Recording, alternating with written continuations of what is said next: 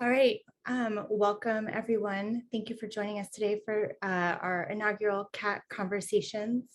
Oops, I apologize. So I begin today our event by starting and taking a moment to acknowledge the land that UC San Diego sits on. UC San Diego, which is our host institution, sits on the unceded territory of the Kumeyaay Nation. Today, the Kumeyaay people continue to maintain their political sovereignty and cultural traditions as vital members of the San Diego community. I acknowledge here too that land acknowledgements are complex practices, particularly in land grant or settler institutions, and when done by settlers like myself. As Dr. Ambo, who will be our moderator today, and Provost Wayne Yang have shown in their important work. Yet acknowledging the history of the land UC San Diego occupies feels necessary, even if the gesture is small, a beginning, and a commitment to move beyond, again, to quote Ambo and Yang, and asking how we or I turn this acknowledgement into something that affects Indigenous sovereignty. I also want to acknowledge here that this land acknowledgement is adapted from the one in use or drafted by the Intertribal Resource Center. So with that, I would like to begin this event, which is called CAT Conversations. I'm honored that we will be in conversation with Wall Kimmerer, and I will introduce Dr. Kimmerer in a moment. But first, I wanted to give some context for what this event is and what we are doing here today. And also maybe to introduce what CAT is to those of you not familiar. So CAT is the Culture, Art, and Technology program. We're housed in Sixth College. I'm Dr. Bronstein, or Dr. Phoebe Bronstein. I oversee the CAT program and the writing program embedded in it. This year, for the first time, we're piloting a core reading. And one of the core readings we chose was the first chapter of Wall Kimmerer's Braiding Sweetgrass. And our idea for this particular event is to extend those conversations our students are having in the classroom, but also connect with the world outside the university and to sort of bring these conversations together, as it were. So, oops, sorry. I also want to begin by thanking all those that have helped make this possible. So I want to especially thank Sixth College and our provost for supporting this event and this idea. I want to thank the Intertribal Resource Center and Dr. Elena Hood for promoting the event and helping think through some of the early sort of conversations around it. I want to thank our moderators, Dr. Theresa Ambo, whom I will introduce in a second, and Dr. Chandler Purity, who will be hosting the second session for graciously agreeing to host this conversation. And many, many thanks to Terry Miller, whom you can't see, but is doing all the background technology work. And Jean Moynihan, who helped construct the website. So I also want to thank all of those of you near and far for joining us today, and for the many first and second year CAT students who were open to piloting, whether you knew it or not, perhaps a common reading program around Dr. Kimmerer's work, and many of whom are here today. So a couple key things as we get started. The webinar will be recorded and posted to the Sixth College website on the CAT events page, where you would have RSVP'd or found the RSVP link for 14 days after the event.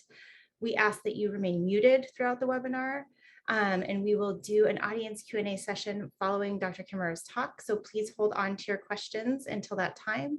We will not be using the chat box, but we'll use the Q&A box to submit questions. And when you're submitting your questions, please make sure you select panelists and attendees. Oops, sorry. So on that note, I'll stop sharing my screen. I would like to introduce both Theresa Ambo and Wall Kimmerer. Dr. Ambo will be leading our Q&A after Dr. Kimmerer's talk. I'm thrilled to introduce you to her, and she will introduce herself more fully shortly. Dr. Ambo is an assistant professor in the Education Studies program at UC San Diego. She is also sixth faculty. And Dr. Ambo's research focuses on educational equity for American Indian students and communities in post-secondary institutions. including student retention, expertise outcomes, and campus community partnerships. Her primary area of research examines the relational nature and status between public universities and local Native nations in California. And we are honored that she is here today. So it is my great honor and pleasure to introduce you to Dr. Robin Wall Kimmerer, whose work has been very influential for me personally, and I know for many of you out there. Robin Wall Kimmerer is a mother, scientist, decorated professor, and enrolled member of the citizen Potawatomi Nation. She is the author of Braiding Sweetgrass, Indigenous Wisdom, Scientific Knowledge, and the Teachings of Plants, which has earned her wide acclaim. Her first book, Gathering Moss, A Natural and Cultural History of Mosses, was awarded the John Burroughs Medal for outstanding nature writing, and I highly recommend listening to as an audiobook. And her other work has appeared in Orion, Whole Terrain, and numerous scientific journals. She tours widely and has been featured on NPR's On Being with Krista Tippett, and in 2015 addressed the General Assembly of the United Nations on the topic of healing our relationship with nature. She lives in Syracuse, New York, where she is a SUNY Distinguished Teaching Professor of Environmental Biology and the founder and director of the Center for Native Peoples and the Environment, whose mission is to create programs which draw on the wisdom of both Indigenous and scientific knowledge for our shared goals of sustainability.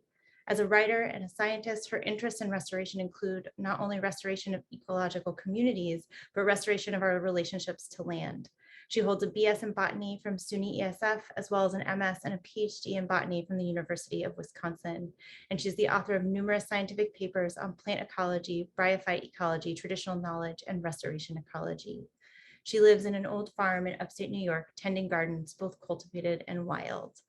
And with that, I will turn things over to Robin Wall Kimmerer.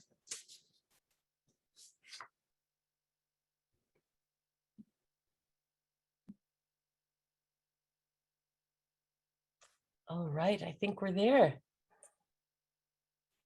Ani bojo shabadaske gish kokwe nadeshnakas.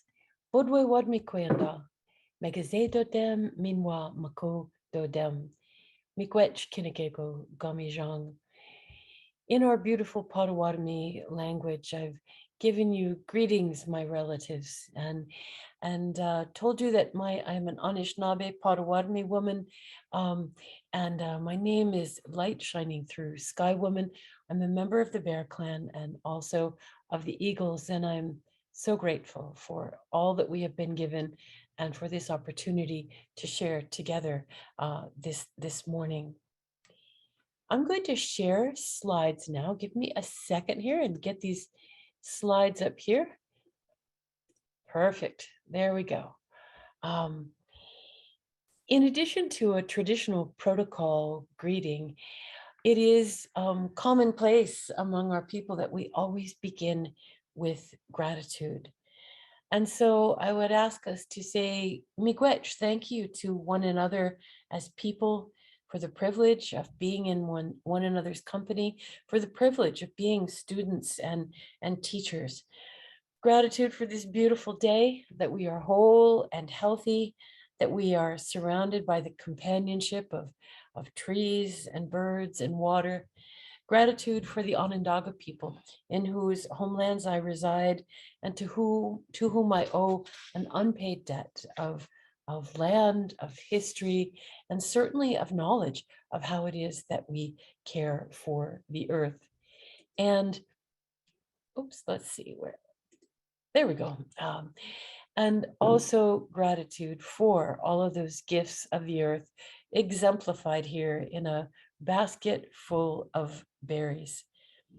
And you know, much of the society that we live in speaks of things like a basket full of berries, these miracles, as natural resources, as if they were our property just waiting to be transformed. And in the ecological sciences, we tend to call them ecosystem services, as if they were somehow the inevitable outcomes of the ecological machine. But a basket of berries, to traditional people, we know them as gifts, gifts from the other species who surround us. And even though all of us live in this world made up of gifts from other beings, For the most part, we find ourselves harnessed to institutions and certainly to an economy that is relentlessly asking, what more can we take from the earth?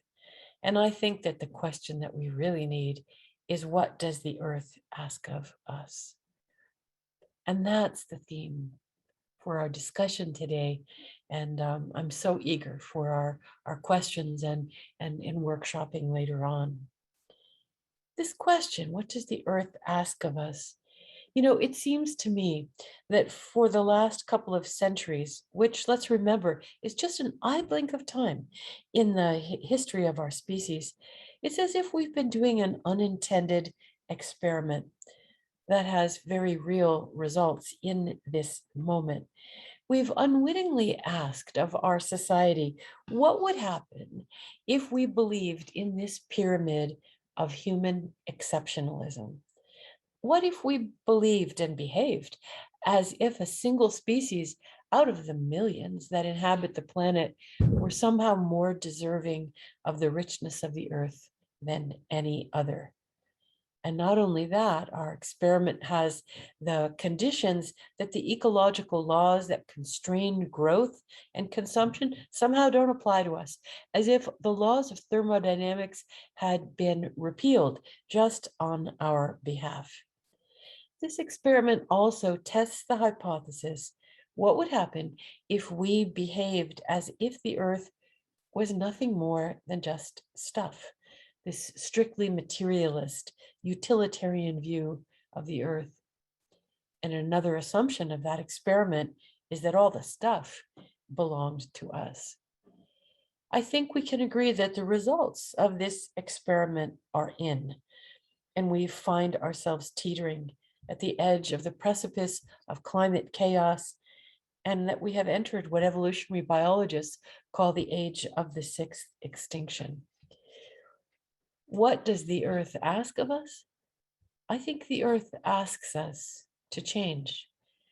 And yet so much of our environmental and sustainability discourse is all about changing technology and or policy. And don't get me wrong, things like technological advancements are going to be an important response to the environmental crises that we face. But as a scientist, I don't think it's only new technology, more data, more policy, or even more money that we need. If we are to survive, and if our more than human relatives are to survive, we need to change a lot more than light bulbs. We need to change ourselves. We need a change in worldview, from a worldview that thinks about land primarily as capital. We also consider land in the Western worldview as natural resources. Again, that interesting term that says that they're valuable only when they're converted into a product. And very importantly, in the Western worldview, we think about land as property. And let's think about what that means, property. It's associated with rights, isn't it? It's a rights-based concept that we have exclusive rights to a particular parcel of the Earth's surface. Another element of the conceptual framework of land in the Western worldview is that it is the source of ecosystem services. Things like oxygen production and water purification and climate regulation. These too are elements of how we understand the meaning and the gifts of the land. But there is another way to think about the land. If we change worldview as well as light bulbs, in the Indigenous framework, the conceptual model of land encompasses the notion that land is the source of our identity, that our identity as Native people, as human people, is inseparable from the land. We also understand the land as those who take care of us, who sustain us, all of our relatives, because the land is not only our home, it is the home of our more than human relatives as well. Those aspen people, those bear people, those trout people as well. Land we understand also as the source of our ancestral connection. we honor those who cleared the path that we might be here. And when we think about their impact on the land that they passed to us, we think also about how we need to pass it intact to our descendants so that we might be good ancestors. Land is understood as the library, as the teacher, as the source of knowledge. It's also understood as the healer, the doctor, the pharmacy, if you will, for healing ailments, both physical and spiritual.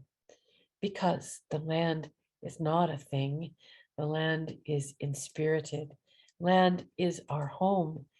Land is not the place to which we claim rights, but the place for which we accept responsibility and act responsibly in behalf of all of our relations, because the land is our sacred home. I think that we are living today in this space between these worldviews and these conceptions of land in an era of profound error. Because for much of humans' time on the planet, before this great delusion that we are at the top of a pyramid, we lived in cultures that understood ourselves not as masters of the universe, but as what my Haudenosaunee neighbors call the younger brothers of creation. And this Western scientific worldview, which has so dominated our landscape like a monoculture for the last 500 years, has yielded tremendous gains in knowledge and in the quality of human life. It's absolutely true, and I'm grateful for that. But it's not more knowledge right now that we need. I think what we need now is more wisdom. And generating wisdom is simply not within the purview of Western science alone. We need a science that draws upon all elements of the medicine wheel of body, mind, spirit, and emotion. And Western science privileges the intellect and that which we can observe and measure, whereas Indigenous science also values emotional intelligence and spiritual knowledge for creating the wisdom that might guide us. Guide us toward the recognition that we are not at the top of some fictional pyramid, but are a member of the circle of species. We are kinfolk, member of what I think of as a democracy of species governed by laws of interdependence. And, you know, this perilous moment that we live in right now, this time of great change and great choices, has been spoken of by our ancestors in what we call the teachings of the people of the seventh fire. It's a long story, a very important one, and I can share just a tiny little fragment of it with you this morning. And these fires refer to eras in the history of our people, where our people lived and had our council fires. It is a history of migration of all the Anishinaabe peoples. And Potawatomi are members of the Three Fires Anishinaabe Confederacy, which is the Odawa, the Ojibwe, and the Potawatomi. Each fire in this era of history took place along our migration route because we began with our relatives, our Wabanaki relatives, at the mouth of the St. Lawrence River. And the teachings say that long before those sails were seen in the east, prophets arose among our people who said, in order to safeguard the sacred fire, some of you need to move to the west, to go to the place where the food grows on the water, to the land of wild rice. And so reluctantly, our people separated, and some of us went on this westward migration. In the times of those fires, the prophets arose and the history followed of times when our lands were lost to us, rising from colonialism and attempted genocide. In each of the fires, there were losses of land, of language, of sacred ways, of each other. We know that the prophesied stories have in fact become history. And it was also said that there will come a time when you can no longer dip your cup into a stream of water and drink, that there will come a time when the air is too thick to breathe, and our plant and animal relatives will begin to turn their faces away from us. And it is said that in that time we will know that we are in the period of the seventh fire, and that all the world's people, people in every color of the medicine wheel, all the world's people will stand together at a fork in the road. Decision time. And in my imagination, one of those paths is soft and green and all spangled and wet with dew, and you could walk barefoot there. And one of the paths is black and burnt, made of cinders that would cut your feet. And the prophecy tells us that we have to make a choice between this path of materialism and greed that will destroy the earth and the spiritual path of care and compassion, which we call the path of the good life of Mano Bamadiziwin. And we know what it is that we want, don't we? But we're told that we can't just go down that soft green path. The people of the seventh fire must instead walk backwards and pick up what was left for us along the time, from the time of the previous fires, what our ancestors left along the way for us. The stories, the teachings, the songs, each other are more than human relatives who were lost along the way. And when we say they are lost, it's important that we remember that they were not willingly cast aside, that these, in fact, were things that were taken from us through 500 years of colonialism. And it's time to turn around and pick them back up again. And only when we have found these and placed them in our bundles, those things that will heal us, then we can all walk together, all of us, down that green path. And you and I both know that these are the questions that we face today. We all stand at that fork in the road. And what is it? What will we pick up from our ancestors that will heal us and bring us back into balance with each other and with the more than human world? This is a time to stand at that crossroads and say, what do I love too much to lose? That I will pick it up, put it in my bundle, and carry it through the narrows of climate change safely to the other side. For there is another side. The prophecy teaches that the people of the seventh fire will need great courage, creativity, wisdom, resilience, but that they will lead us to the lighting of the eighth fire of continued peace, justice, and harmony. And our elders tell us that we are the people of the seventh fire. That means you, and that means me. To make that transformation, one of the things that we need to pick up from our ancestors' path are the stories and the teachings, some of which I will share with you today. And faced with the problems that we have created, I don't know about you, but I really long for a wise grandmother, a teacher who could guide us in this perilous time to walk down that green path, to know what to pick up and carry with us. And Sky Woman left us those teachers because she left us the plants. In many Indigenous traditions, plants are understood as among our oldest teachers. Why do we say that? Plants as our teachers? Well, they've been on Earth far longer than we have, for sure. Who better to look to for guidance than beings that can take light and air and water and make it into food and then give it away for free? Who make medicines for every living being, from the mushroom to the muskrat, medicines for all of us, and give them away.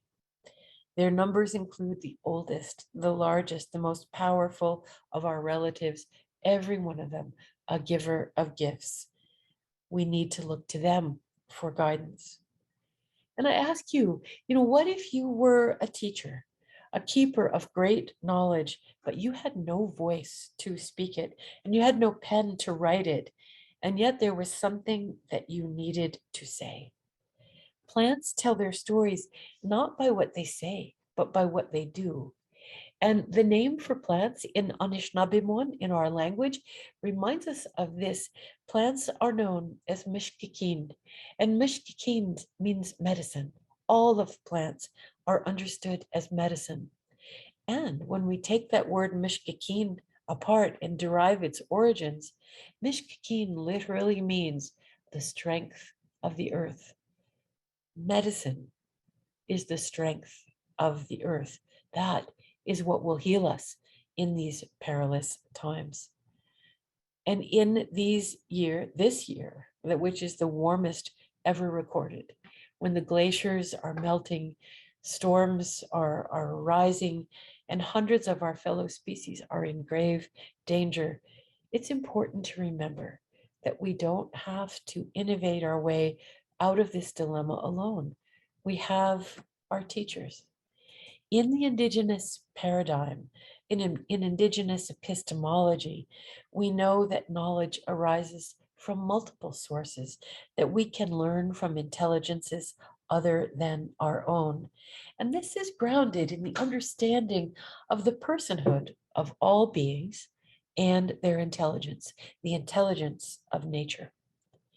And really forward-thinking scientists, as you probably know, have a parallel so-called new area of study based on accessing that intelligence of nature for design and for environmental problem solving. And this new discipline is called biomimicry. And it's really asking, what could we learn from the living world and adopt those solutions for our own questions? Predictably, the science of biomimicry has so far focused on learning what new products could be made following the intelligence of nature. New products. But what interests me is what they might teach us about how we might live. If we take seriously this notion from the Indigenous worldview that plants are our teachers, in this time of crisis, what could they teach us about responses to climate change if we were willing to listen and learn? Because plants know what to do about climate change. They don't dither in ineffectual tax meetings. They just get to work. They can be a model for the transformation that we need, because think about it, the plants have already converted completely to a solar economy. And you have probably heard that Richard Branson has established the Virgin Earth Challenge to spur the design of brand new technologies that will remove carbon dioxide from the atmosphere and store it while we are transitioning to a fossil fuel free future. And it's a lofty goal. It's really critical deployment of human ingenuity on behalf of the climate. And the prize that he has offered is not small, $25 million. Human ingenuity and engineering can absolutely be part of the solution. But I think we should keep in mind, here's this notion of a machine that could capture carbon dioxide. And this is what he is striving for. But I think that we have to keep in mind that there already is a system that pulls carbon dioxide out of the atmosphere, and it stores it for centuries, and it has even more bells and whistles. This system generates oxygen at the same time. It can build soil. It can protect biodiversity. Oh, it has a built-in water purification system, and it makes us feel happy and peaceful, and it's called a forest. I say, give the prize to the trees. Because plants don't put CO2 into the atmosphere, they take it out and sequester it in long-term biomass storage in the bodies of tree trunks, in 12-foot deep roots of prairie grasses, in the deep bogs of peat, in the organic matter of rich, fertile soils. Because remember, after all, I mean, what are coal and oil but the stored carbon of prehistoric plants? The plants stored away all of that carbon, kept it out of the atmosphere until we decided to rip open the earth and burn up eons of stored fossil carbon in just a few centuries. But plants have been sequestering carbon since the beginning, putting it in the ground. Let's follow the lead of our teachers and join the movement to keep fossil fuels in the ground. What do plants do when the climate changes?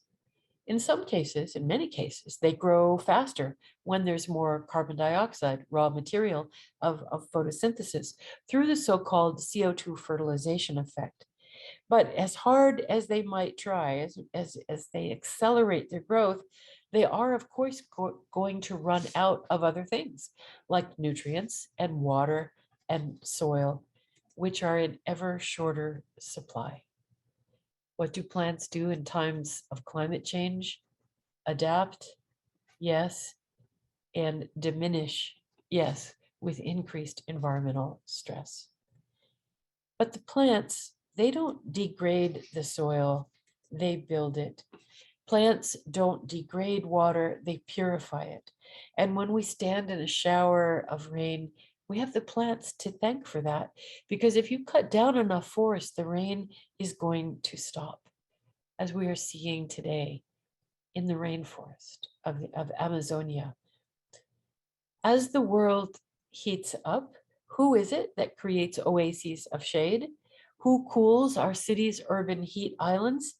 But the trees, doing sophisticated air conditioning without using a single watt of electricity. Plants don't ruin the land, they heal it. They are our teachers of restoration. Plants remind us that to mixing up genes in times of stress is a form of adaptation, increasing genetic diversity. They are the anti-Monsanto. What we see is that plants are leading the way, telling us how it is that we need to behave, to adapt, and invest in the infrastructure of nature. Excuse me. In the regenerative capacity of the land to sequester carbon and provide these ecosystem services for us. And many of our climate change adaptation and mitigation efforts are focused on technology and on policy, but we also have to really invest in these nature-based solutions, halting deforestation, accelerating afforestation, ecological restoration, protecting wetlands, which are incredible carbon sinks, regenerative agriculture, protecting biodiversity. These two need to be part of restoring and protecting nature's infrastructure. But the climate models, the carbon models tell us the sad truth is that we're already past the point when we can rely entirely on nature-based forest solution to reestablish carbon dioxide balance, even if we could protect them all and reinvigorate them. We have simply added too much carbon to the atmosphere and cut down too many forests and plowed up too many prairies, so that in the short term, we have crippled the planet's ability to respond, which is why the plants can't do this alone. They need us. We need to participate in system change, not climate change. Yes, plants are part of the solution. Yes, individuals reducing our carbon footprint are part of the solution. But individual acts of reducing our carbon footprints are a small fraction of the carbon emissions from institutions and industry that are fed by federally subsidized reliance on fossil fuels. fed by an economy that is incentivizing the destruction of destruction of forests for private gain over the common good of the entire planet. It's time to imagine and to implement a new green economy for the future. Oops, where am I going here? There we go. But while we do that, heading down the green path, let's remember the teaching of the seventh fire prophecy, that we turn around, retrieve, and pick up what was left by our ancestors for us, so that we could go in a good way down that path. Let's think about this together, of what is it that we will pick up along the way in order to carry it into a green future. Because if we think about the plants as our teachers of climate change, mitigation, and adaptation, if they are our teachers, how can we be better students? How can we learn better from them and model our responses after them? Well, every teacher in the world, every parent in the world, every person in the world is going to answer this question differently, but I think it all starts with attention, that we could pay attention to the plants. Ethnobotanists tell us that our great-grandparents knew well over 100 plants by name, by use, by ecological role, and our ancestors beyond them knew many, many more. Of course they did. They grew them in their gardens and picked them in the woods. But today, it's said that the average American can identify 100 corporate logos. Our attention has been hijacked to pay attention to these things. And the kids who can recognize 100 corporate logos recognize 10 plants. And one of the plants that's on that list is Christmas tree. So I think we can say they recognize 9 plants. Is it any wonder that we live in a society that recognizes legal personhood for corporations and no legal standing at all for birch trees or for blue jays? Here is a powerful need for system change when corporations are granted the rights of personhood, but living beings are not. We have to change that. Knowing the names of the beings with whom we share the world is also a pathway to recognition of the world not as natural resources, but the world as gift from those other beings. The world seems a whole lot less like a shopping bag full of commodities and more like a gift when you know the one who gives you the aspirin for your headache. Her name is Willow. She lives up by the pond, and she's a neighbor to Maple, who offers you the gift of syrup on Sunday morning pancakes. Paying attention is a pathway to gratitude, to recognition, and thence to reciprocity. And naming of plants and birds and places and rivers and watersheds is not just a matter of respect. It can be a powerful tool for transformation. Recognition of the personhood for all beings opens the door to ecological justice. Most of our laws are all about governing our rights to the land because we have that notion of land as property. The shift that we need is to include the rights not to the land, but the rights of the land, the rights to be whole and healthy, and the simple right to exist. What does the earth ask of us? That we show respect by understanding the personhood of all beings. If we engage these indigenous teachings, which regard all living beings as persons, we can follow the lead of our Maori brothers and sisters in Aotearoa, who have worked to have their sacred rivers' rights recognized as a legal person. or to the indigenous-led nations of Ecuador and Bolivia, who have enshrined the rights of nature in their constitutions, to the global movement, again, led by indigenous peoples, by indigenous philosophy, manifest in this universal declaration on the rights of Mother Earth, which I had the great privilege of speaking to the United Nations in support of a few years ago.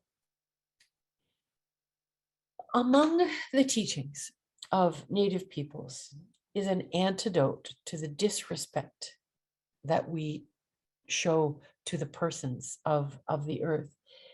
There's medicine, mishkikin, for our broken relationship. This is the medicine that we might pick up along that seventh fire path. Now, I want you to think for a second.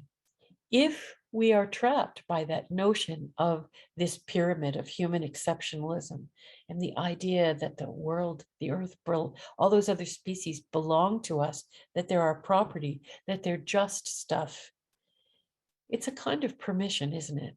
To extract, to exploit, because it's just stuff. And stuff, we have no moral code of ethics to deal with stuff.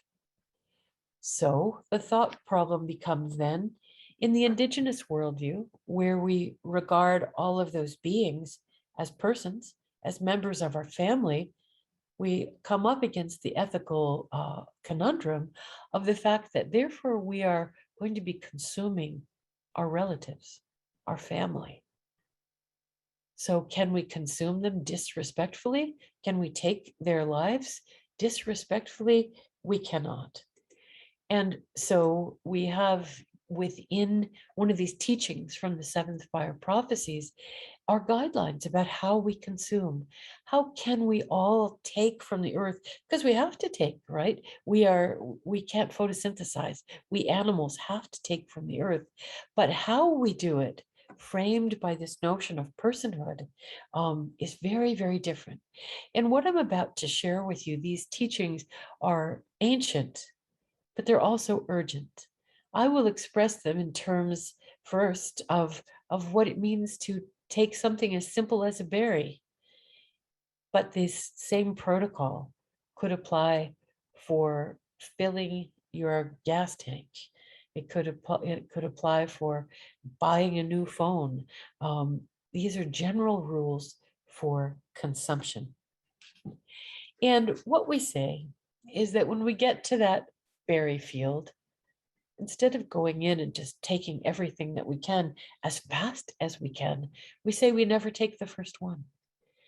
We restrain ourselves so that we don't, if by never taking the first one, it means we will never take the last.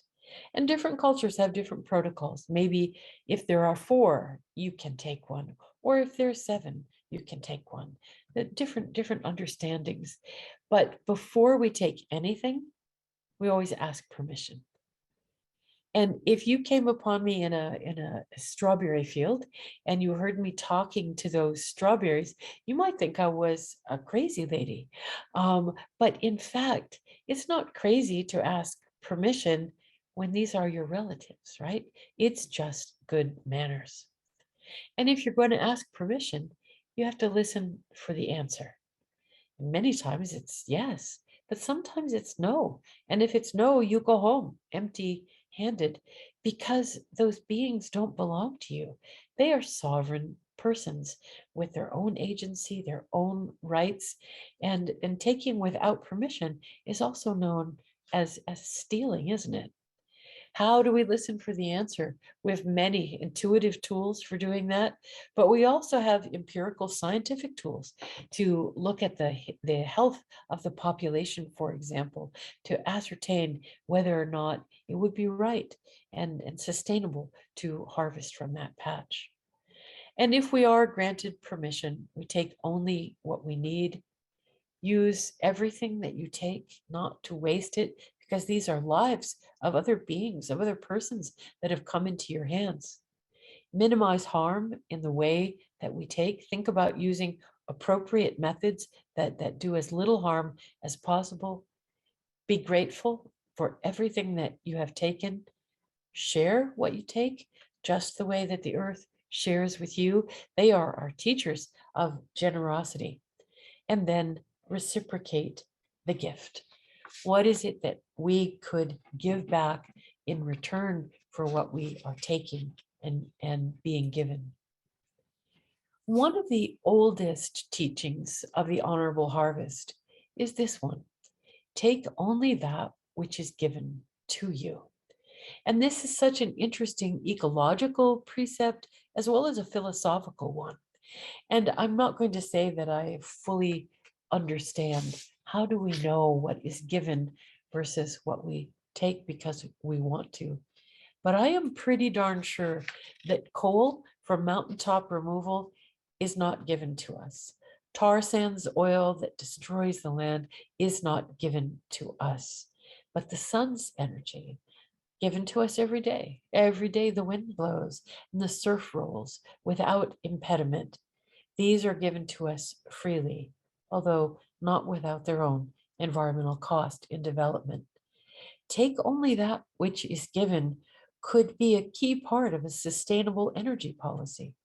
And had we lived by the honorable harvest, had we taken only that which is given to us, perhaps today we would not have to be afraid of our own atmosphere. We need acts of restoration, not only for polluted waters and degraded lands. We need restoration of the honorable harvest, of honor in the way that we live. And the reward is not just kind of a feel good sense of responsibility. It may also save our lives and the lives of our relatives. Our current economy enmeshes us all in a profoundly dishonorable harvest. And collectively, either by our assent or more likely by our inaction, we have chosen the policies that we live by. And you know what? We can choose again. We can choose reciprocity to sustain the lives that sustain our own. This is the teachings of the plants. The earth calls us to reciprocity, that we think of what it is that are our gifts that we can give back in return for the gifts of the earth. It might be ecological restoration. It might be regenerative agriculture. It might be reforestation. Whatever our gift, we are called to give it. Let's return to the forest, to the plants as our teachers, these brilliant, gentle, wise beings who give and give. They're really trying to do their best to save the world against human folly. They're making forests, they're making soils, food, medicine, and trying to hold back climate change. And instead of showering them with gratitude and respect, we cut them down, dig them up, and poison them in an act of betrayal so profound that it threatens the very continuity of life. What do you suppose it will be like when people wake up and realize that we have disregarded our oldest teachers? I am going to leave you with a story that I return to again and again for hope and courage in a time of crisis. And I first heard this story from Haudenosaunee elder Tom Porter and asked if I might share this with listeners around the world. And he gave his permission and gratitude for having this story at work in the world. He told me this story while we were sitting at his table in Ganajohalege, and he pulled out a deerskin bag full of stones. And he told me about the time when our first woman, Sky Woman, her grandsons, twin boys, were in conflict over the future of the beautiful world. About how the struggle between these twins, who represented the forces of creation and the forces of destruction, which are always with us, were in conflict over how the world would go forward. And at last they decided that that the fate of the world would be decided by them playing a game, because they couldn't outmaster each other. So he said, all right, we're going to do this in a game of chance. In a game we know today as the peach stone game. And the players use a set of so-called stones. They're often peach pits. One side of the seed has been painted white and the other side was painted black. And the player shakes the bowl and tosses those stones up into the air. And only when all of the stones have turned one way or another would a winner be decided and the fate of life on earth be determined. If all of the stones came up black, the twin named Flint would prevail and destruction would be loosed upon the world. Should they all fall white, then the world would continue under the generous hand of creation. And those two boys played and played without a winner. They tossed the seeds for hours, back and forth, back and forth. With every throw, two boys gambled with the future of the world. Would life continue as we know it, or would all be lost? It's such an ancient story, and yet it could not feel more contemporary as we are today, gambling with the future of the earth, with continuity of life. On and on the boys played all night until the glimmer of light at the eastern horizon warned them that the time was up. They could only make one more throw. As the pink of dawn colored their faces, the stones flew into the air for the last time, and they began to clatter one by one into the bottom of the bowl. The first one came up black, and the next one too. All the stones were black until there was only a single seed still hanging in the air, tumbling and spinning on its way to the bowl to join the others. All the other beings watched in terror as humans gambled with the continuity of life. And at the moment when all life hung in the balance, it is said that all the members of creation, the trees, the berries, the grasses, the birds, the four-legged, the many-legged, and the no-legged, they all drew in their collective breaths as the last stone tumbled, and together all of creation gave a mighty shout.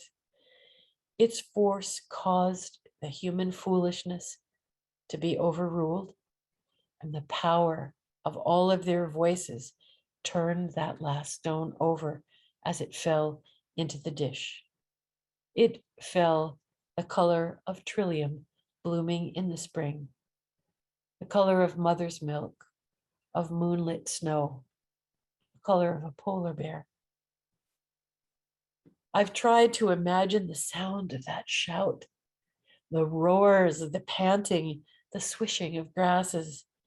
And in my imagination, I feel rather than hear their voices, large and small, chirps, hoots, buzzes, howls and flutters, squeaks, needle whispers, spine quivers, buds swelling, seeds bursting, roots pushing, spores popping, and the vibration of the membrane in the smallest microbe, all coalesced in a great wailing wind, so cohesive in strength and direction that it stopped the stone, spun it around, held it poised in midair, and set it down, life side up.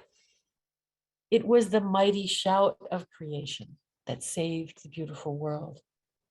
But we are gambling again with the fate of the earth. The plants, the starfish, the salamanders are all trying to make that mighty shout. But we have weakened them to the point that their voices are threadbare and faint, a raspy whisper that can barely be heard over the bulldozers. At this time, all this time, they have stood for us, and we have paid them with betrayal, with silence, as destruction reigns. Now it is humans who must give the mighty shout. Mi iu, mi gwech. Thank you for listening.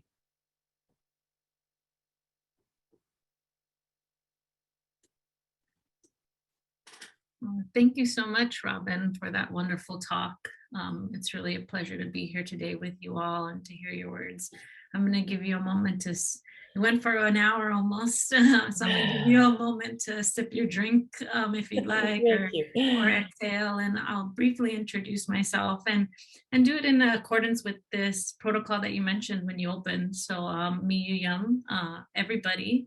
I'm Theresa Ambo, and I am Luseño and Tongva and Tona Atam. My people are indigenous to Southern California and Southern Arizona. Specifically, I grew up always in my homelands in the LA Basin, my Tongva homelands, and now I'm joining you all from Northern San Diego County on my Luseño homelands. As Phoebe mentioned, I'm an assistant professor in the Department of Education Studies. I'm relatively new. I'm just starting my third year, and it doesn't escape me how wonderful it is to have two Indigenous women holding space for you all in this session. There's not very many Indigenous people that pursue higher education for many reasons. And then as we ascend, the numbers get smaller and smaller. And so it's just wonderful to hold space with you. And to be able to moderate this session. And thank you, Phoebe, for inviting me. You all submitted some questions for this session. And, I'm going to dance in between them. I'm going to pull some of the most relevant ones, in relation to our conversation today about what does the earth ask us for. And I also want to acknowledge that, our audience is primarily undergraduate, those of you who are in Sixth College.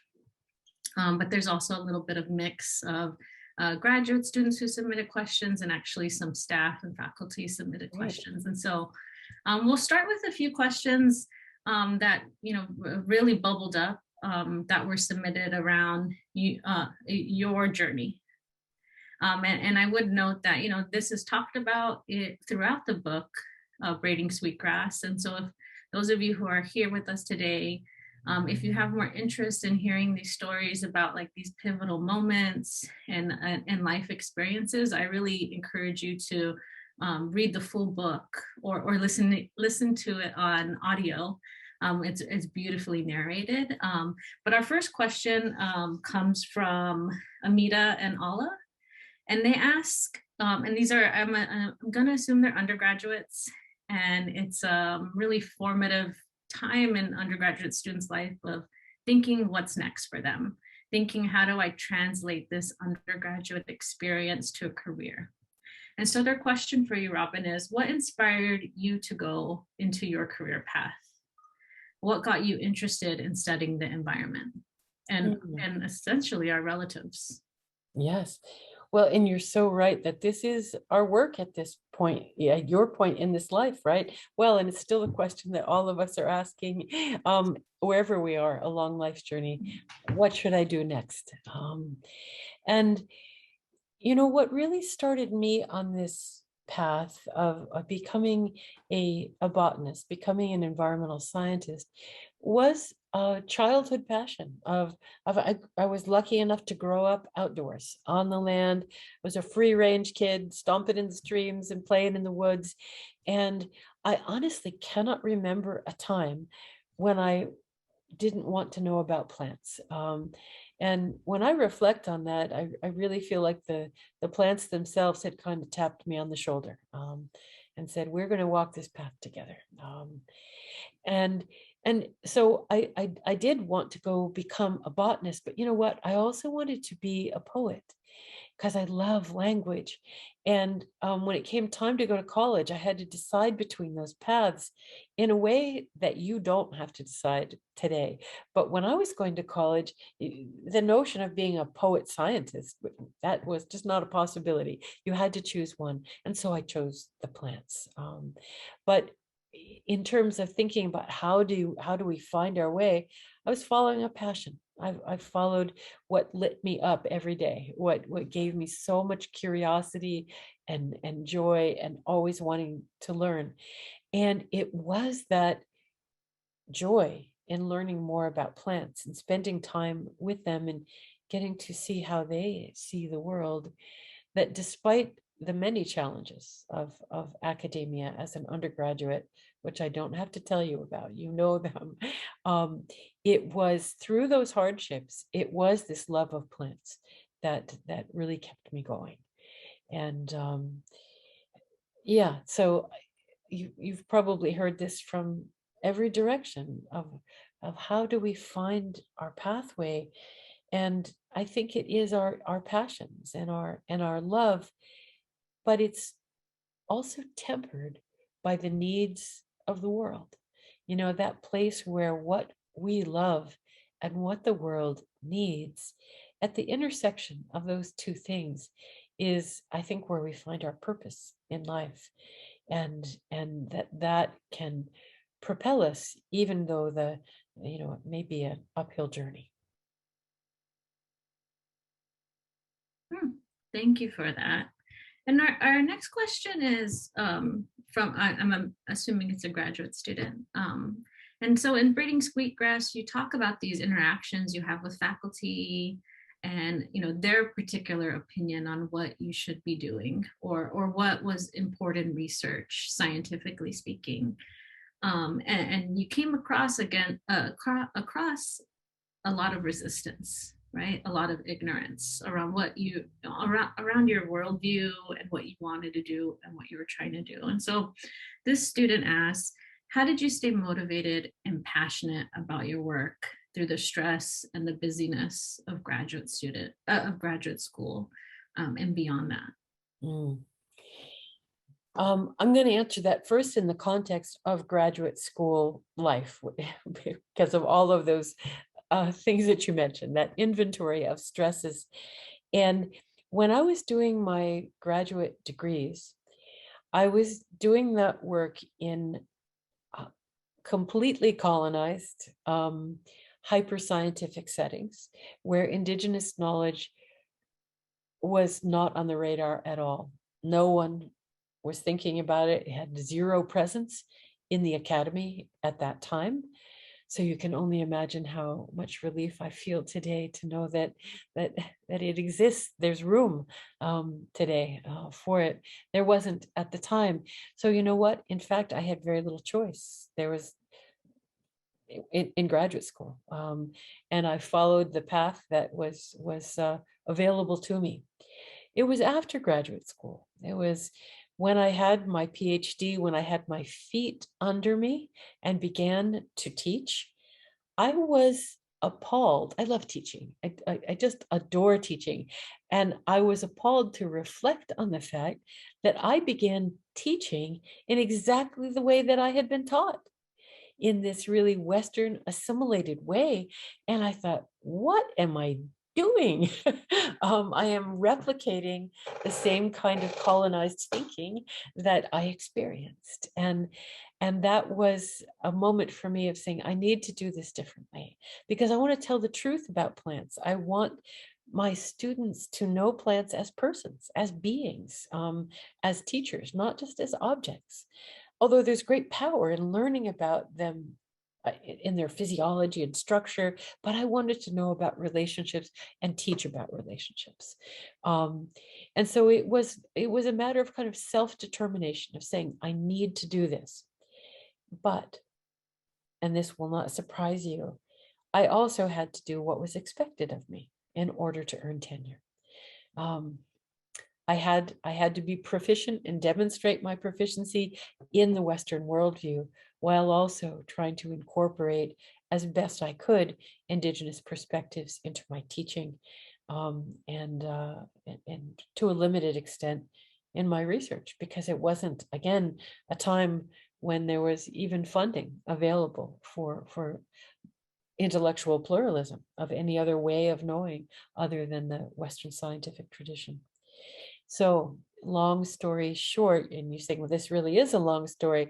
I didn't get a chance to fully embrace and bring Indigenous knowledge into my work in every respect until I had, guess what, tenure, where I felt safe at that point that I could begin teaching courses in Indigenous issues in the environment and plants and culture in traditional knowledge. And that's when I was able to really embrace and share with my students and my colleagues this other way of knowing. And had I come up in a different time, I might not have had to wait so long. But I came up and was earning tenure in a time when there was no such thing as a Department of Native Studies. There was no space or visibility for Indigenous knowledge in the academy at that time. And I regret that I didn't do it earlier. But there was really no pathway for me. And so it made me a real believer in the power of academic freedom that comes with those credentials, to be able to say, now I'm going to do what I was put here to do. Yeah, thank you so much for that. It resonates with me as an early career faculty so much. And I really want to lift you up and thank you for carving out a pathway for us, or as early career faculty, because I think now we have a little bit less resistance in teaching what we want to teach. I get to teach a decolonizing research methodologies course. You know, I get to do a community engaged course. So for those of you that are in Sixth College and in education studies, we'll be teaching a course next academic year in partnership with the local community about the history of the land that the university is on. And it wouldn't be possible if we didn't have scholars, Indigenous women coming before us who carved that pathway for us. So your response really resonated with me, Robin. Thank you so much. We have a question too from Adriana, and she says, or she writes, thank you for writing so beautifully about the reparative hope-giving power of Indigenous frameworks. What have you felt or seen in terms of changes within the scientific community since Braiding Sweetgrass was published? And how has telling the story in your book changed the way you thought or the way other people have thought about the environment, or our relatives? Thank you for that question. The changes that I have seen are embodied in our conversation, that you and I are both here doing this work, right? There is more space in academia, more higher regard for multiple ways of knowing and engagement with Indigenous knowledge. It's not, it's still, at least in my institution, on the edges, but it's as if that the door which had been closed is now open, and we have our foot in it, you and I, waiting for all of our students to come through.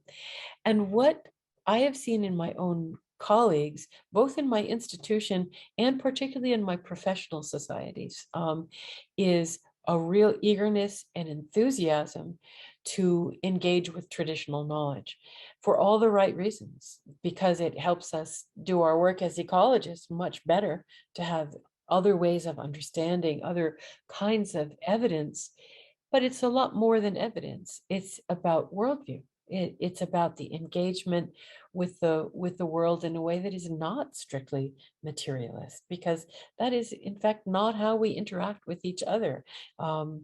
And I'm seeing within the conservation science community, within the environmental science community, a great, I would almost call it a yearning for engagement with other ways, because we see that while Western science is extremely powerful in getting us to understand the questions of things like how does it work, but they aren't the tools for what does it mean. In the case of climate crisis, we know what we should do. We know what we should do in terms of science and technology, but we're not doing it. And so we need values, we need ethics, we need stories, we need philosophy, we need a different worldview. And I think that the door is the light is shining through that onto all of our colleagues. But one of the things that I'd especially like to hear your response as well to this is that a lot of my colleagues in the sciences want to engage with traditional knowledge and diverse viewpoints in environmental work, but they don't really know how. And they're afraid of doing it wrong. And sometimes that fear of doing it wrong translates to not doing it. And so that is a trend that I have certainly noticed and experienced, and think about how is it that we might help lift our colleagues over the hurdle, so that we can have more pluralism in our classrooms and in our research. Yeah, there has been this shift, I would agree, amongst, the broader society and certain academic discourses of turning to Indigenous people to find solutions to the climate crisis, let's say. And I similarly hear people wanting to engage the conversation, but not knowing how to. I'm a person who studies relationality as well. As an educator, I'm really interested in the relationships that universities have with local Native nations. And what does that relationship look like historically, but contemporarily? Right? I would mention the work of Leanne Simpson, who writes like, put your body on the land, right? Like we need to connect and have our bodies on the land. And I would, add to that and say to our colleagues, like what you're asking as well is, how do they do this? Be in conversation with the community, right? If we want to engage these frameworks, if we want to learn from Indigenous peoples and Indigenous knowledges, we need to be in conversation with those people. It goes, do the work, educate yourself before going and asking for something. But you also need to talk with those people. They hold the knowledge. The plants hold the knowledge. You can't teach about this or expect any sort of change without being in relationship with these peoples and our non-human relatives. So I hear the question you're asking. I see it as well at my institution. Something that you said in answering one of the first questions was, you were thinking about what do you want to do in terms of a profession, and you said you wanted to be a poet, and something I've heard so many people talk about your presentations and your writing is this poetic nature, right? And even hearing you speak today, it just kind of rolls off the tongue. It's like, for me, it's like the ocean, these waves that kind of crash down and impart these really beautiful lessons, but they're also this rolling tide, right? Of you just being cradled.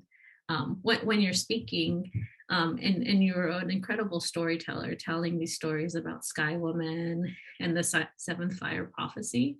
And so there was a question from a student, Vera, and they asked, are there other important stories like Sky Woman that you think everybody should know? Wow.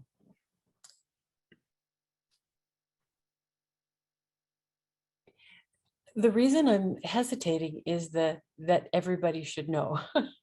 That I really try to be very mindful about sharing those things that are that are mishkikin, that are medicine for all people.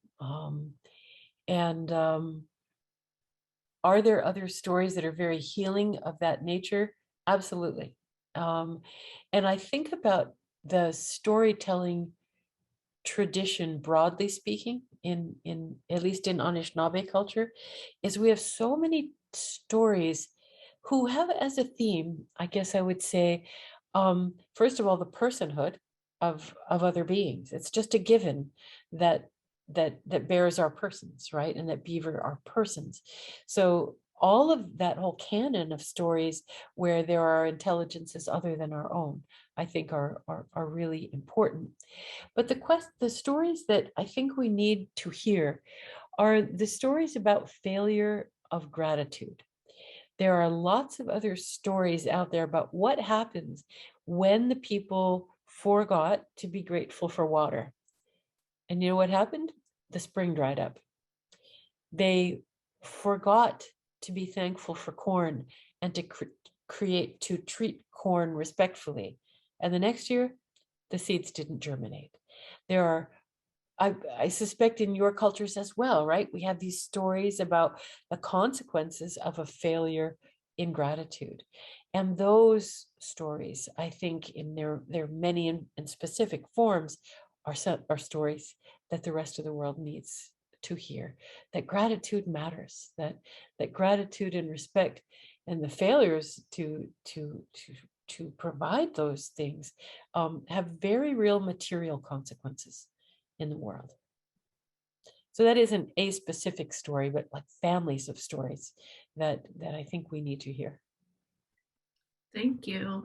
That's something that I noticed that you do, or you did in your talk and you have done in other talks, is you acknowledge that you were allowed to share a story. You asked for permission to share a story from your teacher, from a community member that you were working with. And to the student who asked this question specifically about stories, and to those of you who are joining us, we're not always able to share stories so freely, right? They're safeguarded, they're protected, they're culturally specific. And so I really like how you imparted on us learning stories of gratitude or failed gratitude without giving something specific. I think that part of exploration on the student's part is really important in learning and exploring more about these origin stories or stories of engaging or lessons that come from our stories. We have a few questions in the Q&A, and I'm conscious of time. And so one of the questions that's asked also in the question submitted and also in the Q&A is about your background. And so I think both of us as Indigenous women, who bear the weight of colonialism, we have a multi-ethnic, multiracial identity.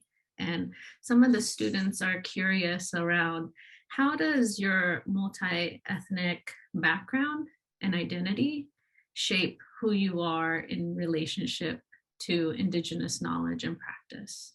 It's a really good question. And to be mindful of our wholeness, of the many stories that we carry. And when we talk about our ancestors who stand behind us and clear the way for us, those ancestors for me come from many directions. And in terms of thinking about that, in terms of identity and as you said, the weight of colonialism, I think that one of the most, for me, formative influences in responding to colonialism is the fact that my grandfather, my dad's dad, was a survivor of the Carlisle Indian School. My own background is of removed peoples. Potawatomi people are Great Lakes people. The whole southern Great Lakes is Bodwe-Wadmiaki. That's our homeland. But our people were removed in the 1830s along the trail of death You've probably all heard of the Trail of Tears. The Trail of Death is the Potawatomi removal to the prairies, out of the Great Lakes, well-watered forest to prairies. And in fact, all the way to Oklahoma. I am enrolled in the Citizen Potawatomi Nation of Oklahoma, far from our homelands. And it was from Oklahoma that my grandfather was taken to the boarding schools. And so in my own growing up in a very multi-streams coming together, one for me of the most powerful and formative stories was exactly that I would ask my father to explain things to me, stories, and I wanted to know the Potawatomi words for things and Potawatomi songs, and he always had to say, "I'm sorry, I do not have those to share with you because they were taken from us at Carlisle." And that was my real introduction to the weight of colonialism, because even as a kid, I knew there was something missing, that there had been something. I felt as if I belonged to people who were not there. I wasn't where I was meant to be. And that's a really interesting way to conceive of yourself, is that there are people someplace else who know you, and they're not there. And then, you know what? As it turned out, that was exactly true. There were people who say, "Oh, we always wondered what happened to our relative. Where did you all go? Welcome back. Please come home." And there was a wonderful embrace of of of of family, and that was really helpful to me. But I also want to say in that for me, growing up without elders around me, outside of my extended family in the Northeast, um, somehow, and I don't know how really, I went straight to the source. I went to the woods. I went to the plants. I went to the land, and they were my elders. They were the ones who really taught me about reciprocity and generosity and the self-determination of individual beings. They're the ones who taught me that plants were persons, and they were in that phase of my life, my elders. And how joyful it was to, after coming back into community, to find that the things that the plants had taught me were also the things that our elders would teach. I think I wandered from whatever that the question was about, well, about identity, but that's those plants were my relatives and elders as well. So I acknowledge them as another stream of relations. Thank you, Robin. And as we wrap up, I'll close with one question. It's a short one, but all of you that are here, something that a really generous teaching of Robin is this aspect of gratitude. And so I want to express my gratitude for sharing this space with you and being in conversation. And I invite everybody on the call to express your gratitude in the chat so that we could share this with Robin after a lesson, something that was impactful from the chapter you read or the book, if you read it all. It's our way, and we invite you into that practice of expressing gratitude. And so as you leave today, I invite you to give thanks, express your gratitude in the chat. The last question, Robin, is a question in the Q&A, and it really is a curiosity of a student. What are you reading right now, or what is a favorite book that you return to again and again? Book I return to again and again. Well, right now, I think I'll respond first to the. I'll return again and again to Louise Erdrich's writing. Wonderful Ojibwe, Anishinaabe Kwe writer. They are always a source of cultural insight and compassion for me, to say nothing of fabulous storytelling. But I think, most recently, I've been really enamored of Richard Powers' storytelling around trees. His book, The Overstory, and his new book, Bewilderment. are of great interest to me. And one of the reasons for that is I'm interested in the way that mainstream society is coming to understand the personhood of trees and the personhood of plants. And both of his books have an element of that. And so it's deeply interesting to me to see how those teachings resonate in his stories, and how he is choosing to share those philosophies and those perspectives with a very large audience. Thank you. Thank you, Phoebe and Terry, for hosting. Thank you, Robin, for joining us. I think that's a great place to stop for today. Thank you all for attending, submitting questions, submitting comments in the chat. I hope you all have a really beautiful day, and it was really a pleasure to spend this time with you all. Miigwech, Theresa. It was a wonderful conversation. Thank you. Yeah, thank you.